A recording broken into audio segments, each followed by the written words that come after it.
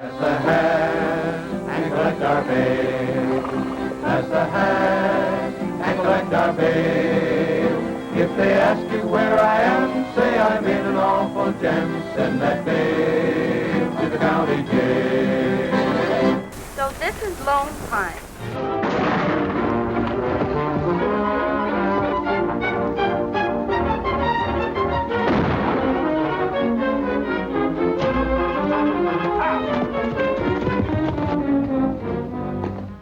One of my favorite volunteering jobs is the Lone Pine Film Festival, which is held every year over the Columbus Day weekend in October. Lone Pine is a small town in central California at the base of Mount Whitney, which has the Alabama Hills. These are large rock formations that are just excellent for filming, especially westerns. And they started, the first feature film made there was The Roundup with Fatty Arbuckle in 1920. And since then, hundreds of films and commercials have been made in those hills. Hopalong Cassidy made almost every one of these films there. Roy Rogers, Gene Autry, Randolph Scott. We really focused during the festival on the history of filming here in the 30s, 40s, and 50s. It's still a very active site, so it's being used all the time. The picture shows you the scene of the attack on the Rangers in the 38 serial. So you can see there's a guy up on that rock right there, and these rocks right here. So it's basically unchanged. The camera was probably up there, though, as you can see, you're looking down on the horse's back.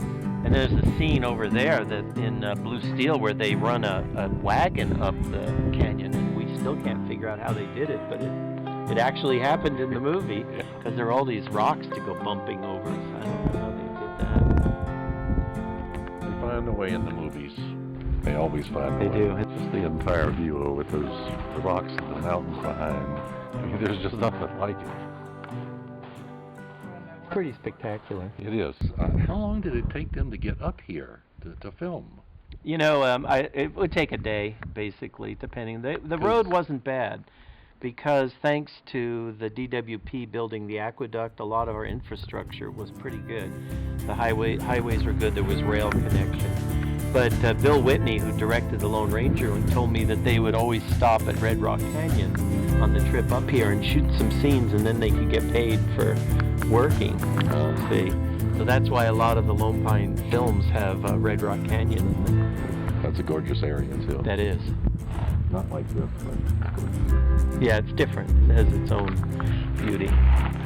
Two different movies at two different times shot in the same area. And this is the Lone Ranger Canyon as well. And it makes a wonderful picture because of the mountains and the rocks. And it's great for riding up and swinging around. And I think the curve even is aesthetically very pleasing. So a lot of times there'd be action coming up here and they would shoot it this way and then shoot it reverse going on up that way, up into the Gene Autry rocks. I'm Kent Spearing. I currently live in the northeast side of Atlanta, Georgia, from Ocala, Florida, the central part originally. And I guess my interest in movies, westerns particularly, started again in the 70s, in my adult years, remembering how great it was to go to the movies on Saturday and sit there and watch my favorite heroes. And learned about this location, Lone Pine, long after I'd been going to other film festivals that didn't give you the opportunity to come out here and visit the actual locations where the stars were and stand where they were and find the rock they were in. Then if you look right up over the top of them, you'll see the next little group of rocks, with this one being prominent right here. And then off in the background, those. And then on up into Lone Pine is sort of faded out to the left-hand side.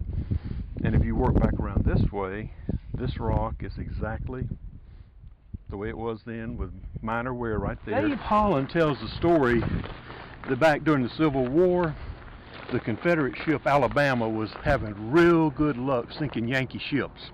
And there were miners out here mining for gold at that time that were Southern sympathizers.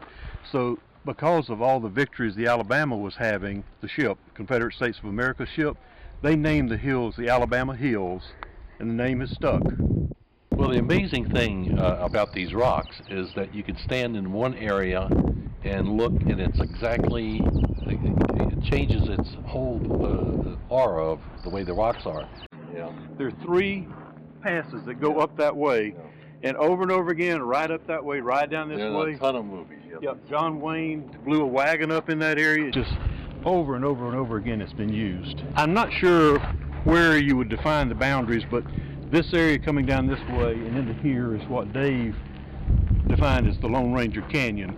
And when we go back just a little bit, you'll see this open up as to where the ambush actually took place and the origin of the Lone Ranger starts.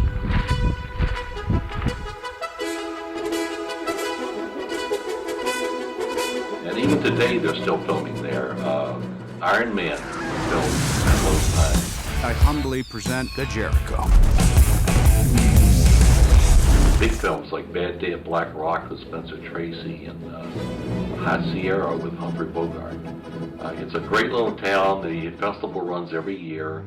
And one of my favorite things is I volunteer there to show the films.